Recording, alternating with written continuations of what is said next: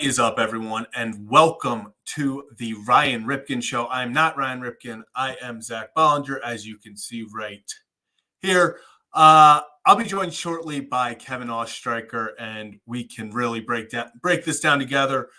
But, we're breaking down every game. We said win or lose, so here we are, our first loss. We were 5-0 doing post-game recaps, but all good things have to come to an end. The Baltimore Orioles lose 8-3 to the Boston Red Sox in a game where the Orioles really weren't able to get anything going between innings 2 and 7.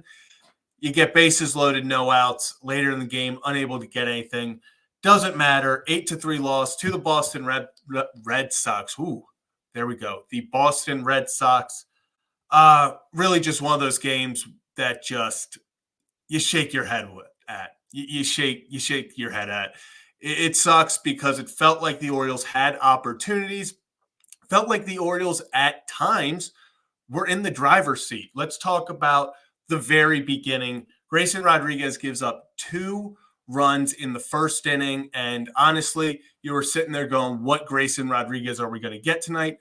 But then the offense responds immediately. And you were starting to think, okay, offense puts up 3 runs. Maybe this is a game you have to get to Brayan Bello early. We were talking about it on the Masson broadcast, actually. Brayan Bello, first time through the order, is not great. That is when you have to get to him. After that, he locks in and his numbers drop drastically, and that's exactly what the Orioles saw today. They got through the top of the order, the first time through the order, 1 through 9.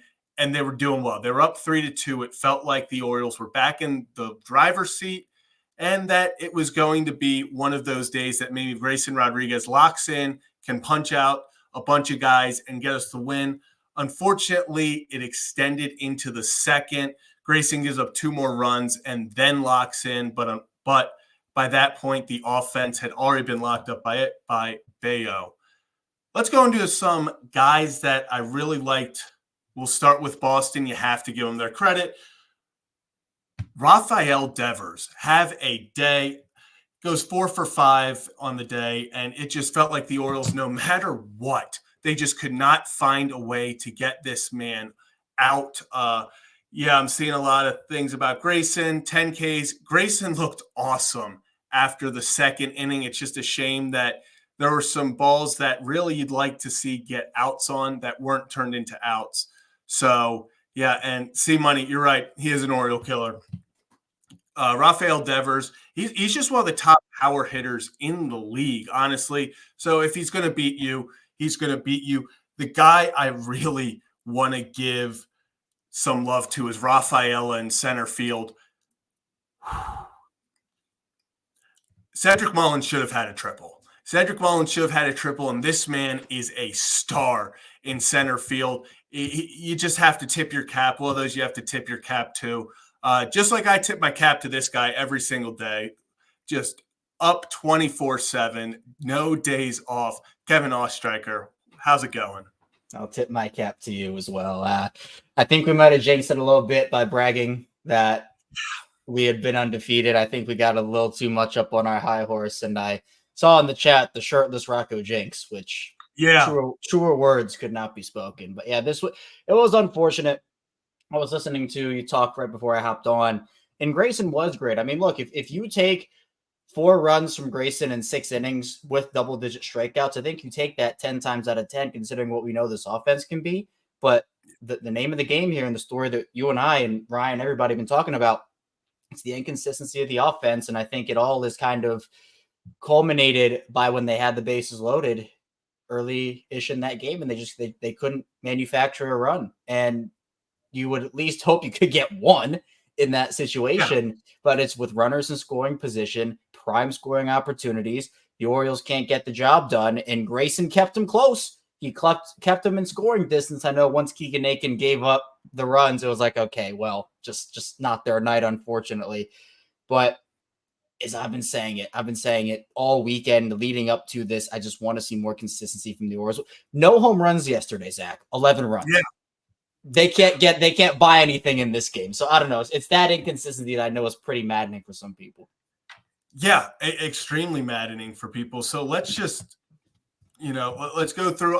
Actually, before we do that, in the chat, let's do the little one up, one down. So Yeah, in the chat, let's do one good thing you liked from tonight and one bad thing. I'm sure you all have bad things, but you got to have one good thing and one bad thing. I'll start off with my good. Let's get the vibes going a little bit. Jordan Westburg. The dude just simply continues to produce 2 for 3. He got the 2 RBIs. I really, it's one of those things. Obviously, I talk about this so much, but he just impresses me every single day. The way he shows up, he's just, no matter where you put him, because he was all the way back at batting 6th. Obviously, a few days ago, he's leading off. He's been back in the 8th spot. I say it all the time. They don't let him play in just a certain spot. He's also going to second base of every few days, but it doesn't matter. The dude simply goes out there, gets his work done, and produces when the guys need him the most. So it really is one of those things where Jordan Westburg, even in losses, you look at the stat sheet and you're like, Jordan Westburg, 2 for 3, 2 RBI. So it's just, we talk about consistency, things you want to see from the Orioles. Consistency. The model of consistency right now is Jordan Westburg. Yeah, you stole mine. I was gonna say. I mean, I kind of figured you were going to, because you're Jordan Westburg's biggest hype man. But I'll go back to Grayson for a little bit. I know that, again, he gave up some stuff, but overall, you take this start, and I know that we're gonna look back on this and, Grayson started this game and they lost it. But to me, just like I said earlier, you take 4-run ball with this offense. Right? He didn't go out there and give up 6 runs and 3 2/3 innings and didn't punch out anyone. For the most part, I liked his stuff today, and it was just unfortunate the offense couldn't get it going. So I'll say I liked Grayson's stuff, but I mean, the real one up for me is Jordan Westburg. Now, I know there's a lot of bad, Zach. What kind of irked you the most in this one? Well, at first, I do have to get a prayer circle out that Jordan Westburg's hand is okay, and then because I just you getting that out. Yeah, had to get it out because Mike did point this out to us. Hyde just said in his presser that Westburg is after getting hit, and that was not fun. So the bad, it's got to be the bull. It's got to be. I'll go Keegan Aiken. I'll go Keegan Aiken because it's not a high leverage situation. You had seen Keegan Aiken have a blow up last time out. He didn't look good. And it was sort of one of those things where going into it, it's already a 2-run lead, like 2-run deficit. You're like, okay, maybe this is something where it's just an easy in the 9th inning. Let's give him a shot to just hold it at 2. It's against a bunch of lefties. Let's have him hold it at 2. And then we can get on. It's not like he's holding a 1-run lead. It's not all this pressure. It's just like, okay, let's just get him kind of this momentum back, this confidence back. And he had another blow up. He gives up 3 runs, and you sit there and you ask yourself, can this team, afford that right now? Obviously, in this game, it didn't end up mattering. They lose anyway, 8-3. Those 3 runs don't matter. But interesting is Keegan Aiken. I'm seeing a lot of people, even Joe, Aiken's on a plane. I'm seeing Twitter blowing up, and I'm going to agree with this. Aiken probably going to Norfolk tomorrow. And it does suck because he had such a great start to the year. But unlike a lot of guys in this bullpen, Aiken is one of the few of them with options left. So, you don't lose him by sending him down. So I think he is a prime suspect for them to go, okay, let's go out there and figure out. Maybe he can get some confidence back in AAA. But I'm even seeing a lot of people on Twitter, and it's funny, Kevin, full circle. A lot of guys like they got rid of the wrong guy. We needed to keep Mike. And it's like, everyone knows we're big Mike guys, but it is funny seeing that stuff. So I'll go Keegan Aiken. I'll take the low-hanging fruit. How about you? Yeah, bullpen is definitely bad, but for me, it's It's going to go back to runners in scoring position for me and the inconsistencies of the offense. It's just, I think it's more frustrating when we know how good the offense can be and we know the type of hitters that they have. And I mean, guys were manufacturing hits here and there. Guys were getting on base, but it was just like they couldn't bring them around.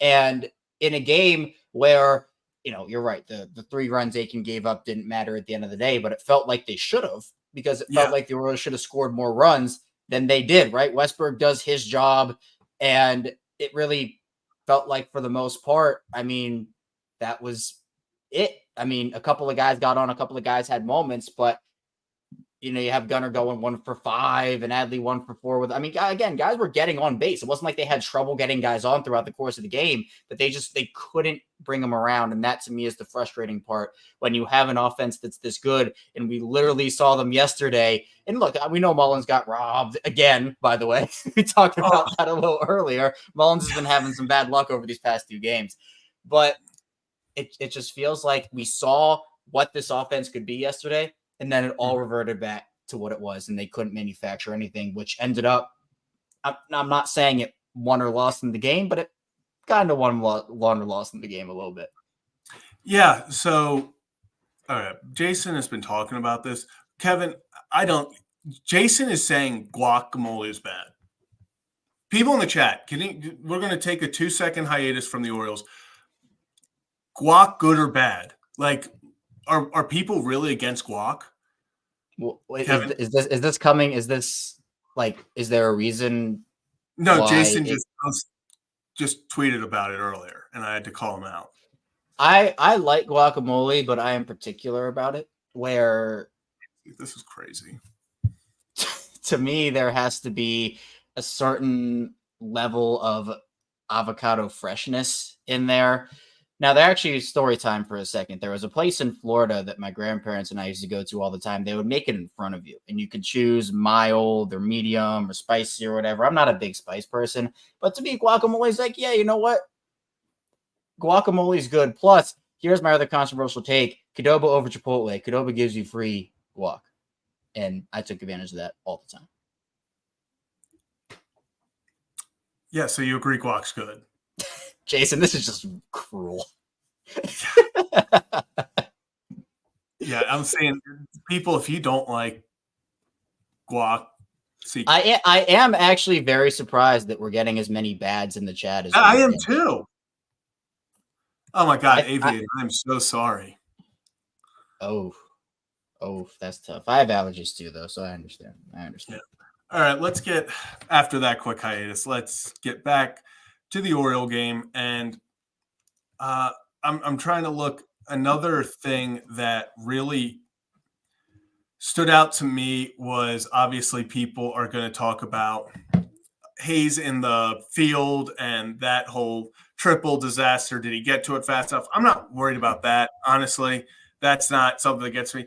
It's just the at-bats with the bases loaded just weren't competitive at bats. So, and it started with Hayes, and that's what is the most frustrating, because it's one thing if these guys would have had 6-7 pitch at bats, they're fouling stuff off, they're trying to do something and then they just get out, can't get, then it's just tip your cap, other team just beat you. It just wasn't. It was 3 pitches, and actually, so Hayes saw 4 pitches. I would say definitely 2, possibly 3, depending on how you look at it, were mistake pitches. They were curveballs that didn't break. They hung up in the zone. They got too much plate, and Hayes either watched it or fouled it off or swung through it. So the only really good pitch of Hayes's at bat was the first one where the pitcher painted the inside corner. That's one of those you tip your cap. That's a hell of a pitch. Then obviously Mateo, it sucks. Dribbler 3 feet in front of home, and then Gunnar goes down swinging. It was just one of those where 3 guys up, bases loaded, no outs, and they get it about a combined 15 feet from home plate. So that's just really what sucks, because you felt like that was an opportunity. If you get 1 or 2 hits there, suddenly the Orioles would be up 5-4, 6-4, and you're like, okay, we can do something now. Now we're throwing out our aces, or the a bullpen, and instead of probably going to Aiken in the ninth and stuff. So that's where it really sucks. And you know what? Honestly, if we're talking about those three batters, two of those three in Mateo and Gunnar are probably the two you want up in those situations. I mean, Mateo is somebody who we know has been absolutely hitting the ball lights out right now, and Gunnar is Gunnar. So you say, you know what, maybe you want to take Westberg, right? Maybe Adley. There are a couple of guys you maybe want to throw up in those situations as well. But it felt like after all we had seen them do yesterday, it's just like, can you at least get a guy in with a sac fly? At least a man. We saw James McCann do it, right? A manufactured sac fly. You need to get a couple runs in that situation, because it just feels like you start to feel the momentum shifting back to the Orioles side of things. And then once they don't get a run, it just all comes crashing down. And it's like, well, you can't capitalize in that situation. When are you going to capitalize? And we've said this all year, or at least for the past couple of weeks now, where you cannot rely on the long ball. You can't do it. So if the Orioles were to hit, I don't even know, two of those guys in that bases loaded situation, fine. But the fact is, the reason why the home run ball is not sustainable is because you don't hit homers every game. You don't do it. So what do you do when you're not hitting homers? You drive guys in by driving a guy in from second with a double. You bring a guy home from first on a trip, right? You do other things. And the Orioles with the home run ball, I mean, this is 2 straight games now without a home run. The difference between these 2 games is yesterday they were able to capitalize on the runners on base, and tonight they weren't. Yeah, I mean, Orioles, let me grab the stat once again. Orioles were 2 for 9 with runners in scoring position. Obviously, as we know, 0 for 3 with the bases loaded. And I like how Semai puts this. I agree about just the Westie. Westberg is just consistently, every time he gets up to the plate, if the pitch is thrown away from him, he's like, okay, I'll just hit it to right field. It was like 104 off the bat, his 2 RBI single, despite the fact it was an opposite field hit. He doesn't get cheated. If the ball's on the inside, he'll pull it. If it's up the middle, he'll put it up the middle into the gaps. And if it's pitched away from him, he goes with the pitch. So that's why we refer to him so much as a professional hitter, because he's not one-dimensional in the slightest. He's one of probably the best top 3 on the team for sure at hitting all parts of the field. And another guy that you see doing that when he's hot, Ryan Mountcastle. The telltale sign that Ryan Mountcastle is heating up and is about to go on a tear is he starts poking the ball to the other side like he has been the past 7 games. Obviously, he comes up tonight, goes 0 for 1, but he walked to get the bases loaded. I'm never going to be upset with a guy pinch hitting and then drawing a walk to load the bases with no outs. You score there, you hope, 9 times out of 10. So that just sucks. I have no issue with them pinch hitting. I've seen a few people, mostly on Twitter, not necessarily in this chat, talking about they wanted to see Stowers get the opportunity there against the lefty. And I get that. But at the same time, with just how much Mountie was raking, you had to give Mountcastle the opportunity with no outs to go try to take the lead. Because at that point, there was men on first and second, no outs, down by 1. Right. And look, I'm not going to sit here and act like every single team is perfect with runners in scoring position, or every single team is able to be hot at the same time. That never happens. It never, ever happens.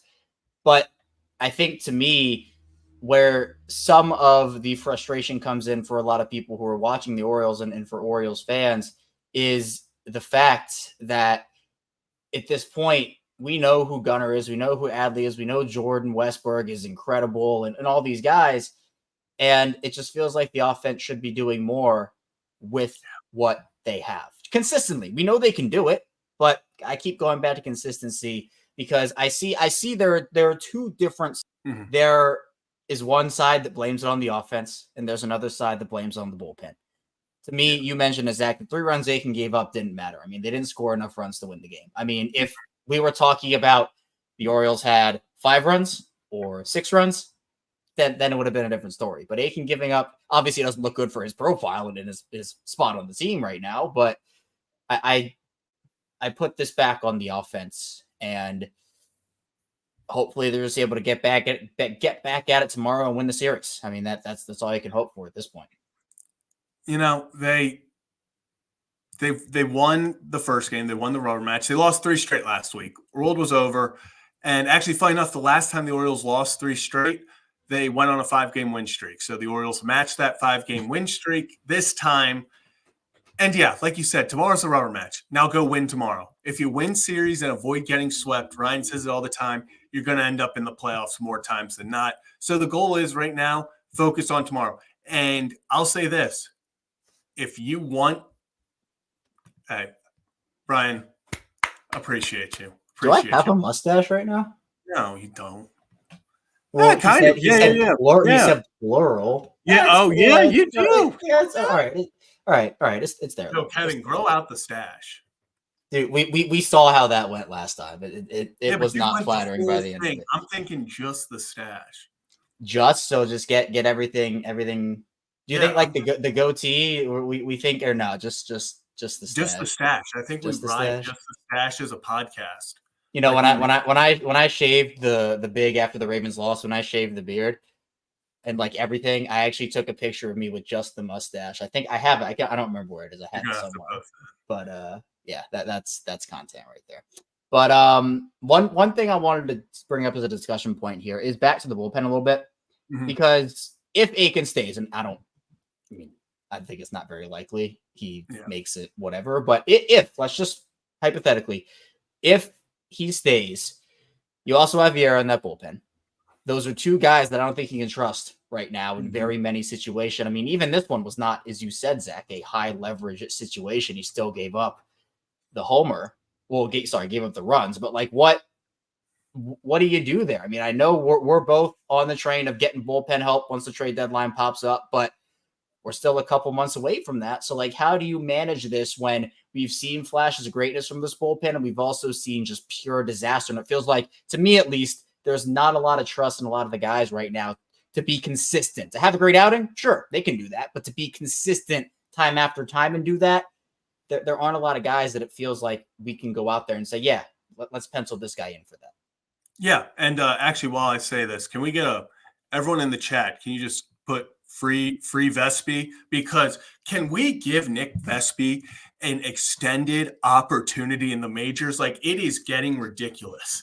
Like, what does this man supposed to do? He comes into the majors, he does well. He does exactly what they ask him to do. He has good outings every single time. And then they're like, yeah, dude, sorry, we just got Vieira on waivers, so we are going to have to let you go. So that's just like, he's always the first one. And that's what's so annoying. And honestly, it reminds me so much of what they were doing with Mike Baumann when he had options over the past 2 years, where it didn't matter what it was, how well he pitched. If they were bringing someone up, he was the guy that went down because they were just using his options while he had it. We need Nick Vespi. First off, he ups the flow game of this team so much. So much.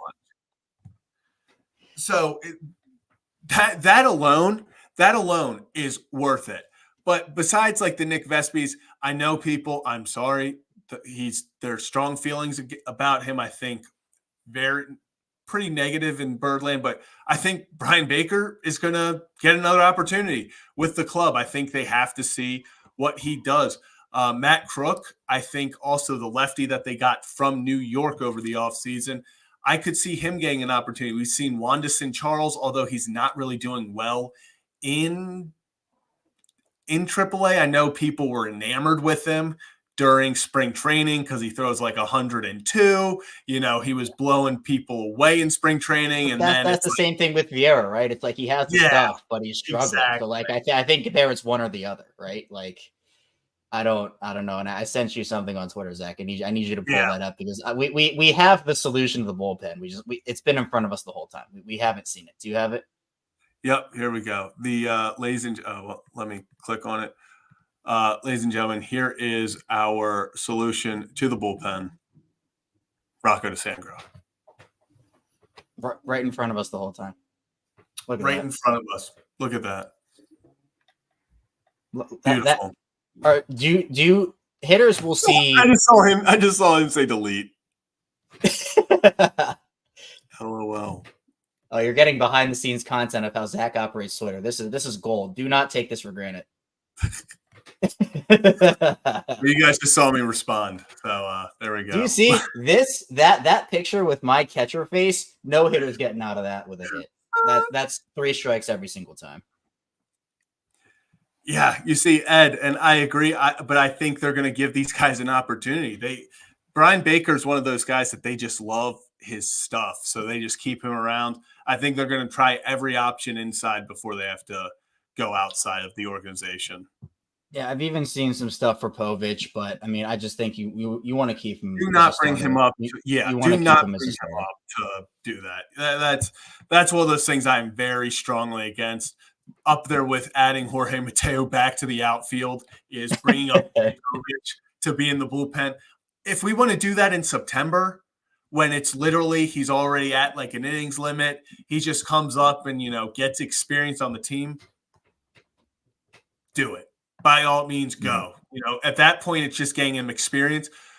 Right now, he has so much he can still continue to work on, continue to grow, and become an even better pitcher than he already is. If it's not going to be starting, do not bring him up in the majors.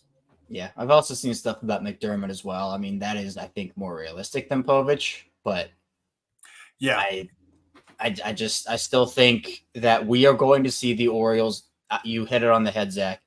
They're going to try every single thing that they can do to find a couple of guys within this organization that can do what they want to do before they go out there and expend other resources to try to trade for a guy. I still think they should trade for a guy at some point. Now, again, I don't think it's going to be tomorrow. Now, last time I said that, they actually made a trade. Literally the next day. So maybe I just have to say not tomorrow. But we're not trading for Mason Miller tomorrow.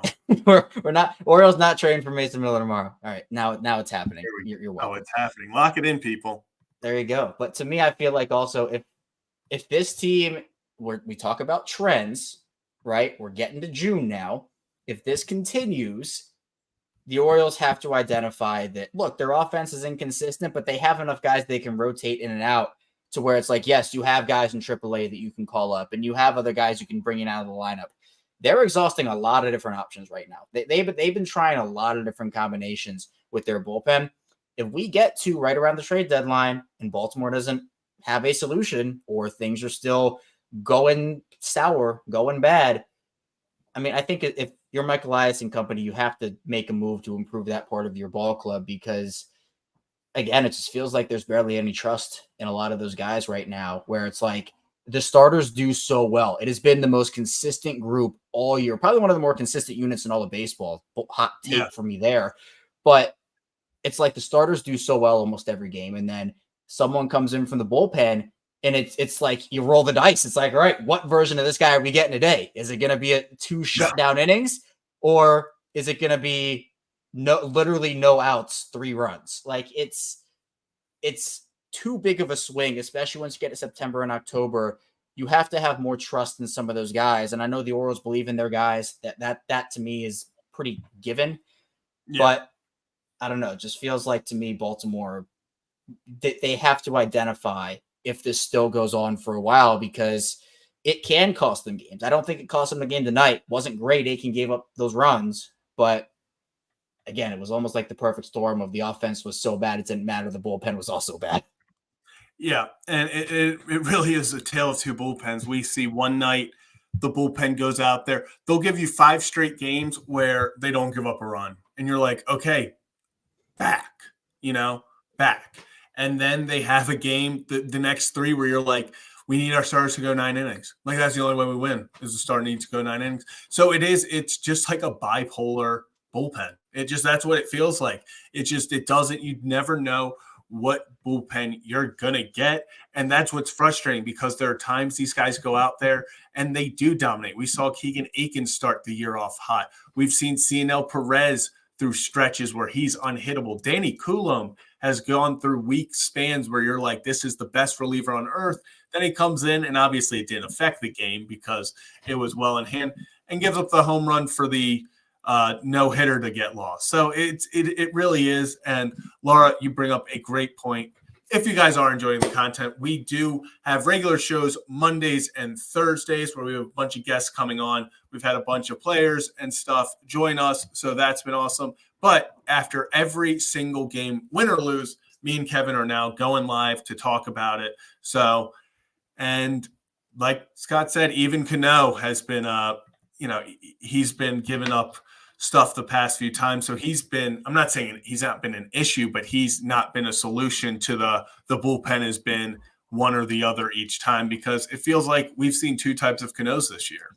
Yeah. And that's, I actually like the way you put that a lot, because it's not like all of these guys are the issue. It just feels like none of them are the solution. Like that's exactly how to put it, because like, it's not like every one of these guys is giving up 4 runs in a third of an inning every time they go out there, but they also might be giving up 2 hits, or that. What did I do? What did I even say? What did I even say? Oh my! I'm trying to make a point, and Ryan's just coming in here and slandering. I mean, it's not really slander; it's true. But like, also, Joe will not give up on Heston no matter what. He's out. He wants Heston to be a 2-way player. And I see Sam's comment here. Samuel saying, "What is it with Elias claiming these below average pitchers and leaving Cano?" Well, again, leaving Cano and Coulomb out of it, but that's exactly it, Samuel. I think that you're going to make those types of moves because there's a specific hit rate. It's not 100%. In fact, it's far below 100%. But if you can find even out of Cano and Felix Bautista were both below average. Danny Coulomb too, Samuel said there. So if the hit rate is even 3 out of 10, which is again Hall of Fame worthy for average perspective. Dino Perez was one of them. Right. So it's never going to be 100%, right? You're always going to have hits and you're going to have misses. But I think when you look at it, when those claims are made or when those acquisitions are made, you do it for stuff that you can't find, that you can't teach, right? You bring in stuff and you try to teach them how to use it correctly. So when you're talking about Bautista, Cano, Coulomb, or even if you want to use this example for Vieira, who I know probably made one of the worst impressions you could ever make in your first appearance for a team, but it's about he has stuff. The control has been the issue. And Ryan says it right here. You take chances on the talent. That's exactly right. Where, again, if we're going off of, okay, well, they should just never make these claims, well, that means you don't have Felix Bautista on your roster. You don't have Yunior Cano on your roster. You don't have that. So not everybody's going to go up there and be Felix Bautista. That's just not realistic.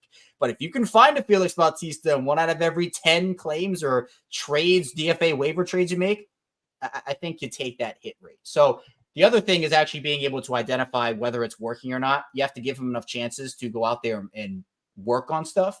But if it's not working, it's not working. And you have to understand that. So it's a delicate balance. But I agree with Ryan. You take chances on the talent, and that's how you do it. Yeah, without a doubt. And I like how it's easier to get someone with stuff to get it under control. That is to get someone with control, better stuff. You're going to take a chance on talent, like Ryan says. It's one of those things where, you probably won't hit most of them. In fact, a lot of them are going to look bad. The key is identifying the ones that look bad early enough to where you see a pitcher like Vieira. I think they're going to give him one more look. I know people are going to hate it. He's going to get at least one more look. They don't value that first look. He hadn't even been in the building for 12 hours. They met the guy earlier that day. They're going to throw that out. Yes. Yep.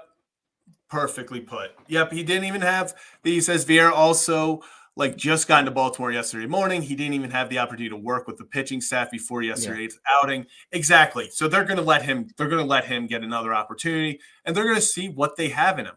They said the same thing with Yohan Ramirez. He didn't have a great outing at first, and they were like, you know what, dude, we're sticking with you. He had 2 decent ones before a massive blow-up kind of ended his tender here. But I see the same thing happening with Vieira. Yeah, and it's exactly this too. Samuel's saying that he's eager to see if Vieira can control his stuff. He's got a great breaking ball and a sinker. He has heat as well. That's what it is, though, where we talk about ironing out some of the wrinkles in your game. Well, the way that the Orioles want to use him is different than the way Milwaukee wants to use him. It's different for every single ball club. And so they probably thought, you know what? we're in a blowout situation right now.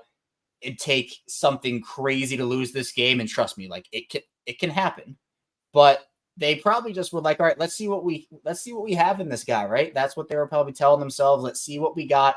And now they're probably working with him, and they now have a game under his belt in their uniform where they can say, look, we need you to hit this spot better, or we're going to try to help you with this pitch a little bit. So they're going to give him probably another look. I know people are saying, all right, he's done, he's out of here, but it'll probably take a couple more chances. But again, that's the thing. If he continues to struggle, there has to be an out. You can stick with a guy, you can be loyal to a guy, and that's fine, but he has to show you something. And if he doesn't show you anything, then, that's where took the chance on the talent, but that's where it doesn't all work out. Yeah. And before we get out of here, wanted to bring up what Mike just brought up, because this is actually super cool. And this is a big day for Major League Baseball. So he said, let's have a shout out to the MLB for integrating the Negro League statistics into their books, actually starting, I guess, at midnight. They said Wednesday. So I'd assume like midnight maybe, but probably some weird like 3 a.m. time that it finally goes up. Such a cool moment for this game. It is. And, now they'll be in the record books. So it's overdue. That's for sure. This should have happened a long time ago, but better late than never. Finally, we get some guys like the Satchel Pages and stuff that they deserve to be in these record books, because if they were in the MLB at the time, they would have just as good stats, if not better, probably. They were just dominant in what they did, and they deserve that recognition. So that is actually, I'm glad you brought that up, Mike, so we could talk about it, because that is just such a dope thing that MLB is doing. Yeah, it is. Sorry, your break. My computer's breaking up on me, so I heard some of what you said, but it's such a cool moment here, because these guys, I mean, baseball to me, it's such a historic game, and to me, getting these guys in the history books is long overdue. I think you said that, Zach. I hope I heard you right, but it is long overdue, and to me, it's cool now. We can look back on that, the comparisons of some of these all-time greats, and have them in the same history books as other all-time greats, right? I think that, their contributions to the game have gone, under the radar, and to me, this will give them more visibility. I'm just so excited for it. Yeah. So, yeah. And you know what a positive way to end the stream, That's right. Yeah. Losses suck, but bigger picture at all times. So thank you all for joining the stream. Like and subscribe if you enjoy the content. We go live Mondays and Thursdays for the official show, along with a few live streams here and there when we have cool guests coming on that we want to get to you guys live. Join the channel members for behind the scenes content, a whole bunch of stuff. And we will have members only streams probably once a month starting up soon. But that does not mean that all the stuff will be behind a paywall. That all is behind the scenes stuff and everything. So you all are still getting all the content, and we'll be live again after every Oriole game. So I guess we'll see you guys tomorrow. And last things, Kevin, any words before you go out? Joe's asking us to pick College World Series games. I don't know the matchups. Arkansas all the way, Joe. Give me a woo. You know what? I'm with it. We'll do woo pig suey. There we go. Woo. You gotta go all three. Oh, fine. Pig, Woo, pig suey. Woo, pig suey. Razorback. Look at that. We're working on it, Joe. We're working on it, but Razorback. My computer's lagging behind. I'm sorry. Yeah, we probably weren't synced up. So no, not at all. But it's okay. Appreciate you, C-Money. Appreciate you, C-Money. Thank you. Appreciate you. Go get them, Burns. Exactly. Joe, you have been asking us to do the Woo Pig Suey all day, and now we do it, and it's a jinx. Oh, my God. Okay. What do you want from us, Joe? What do you want? What do you want? And I agree, Cube. Hope the boys give us some run support tomorrow. But that will do it for us here.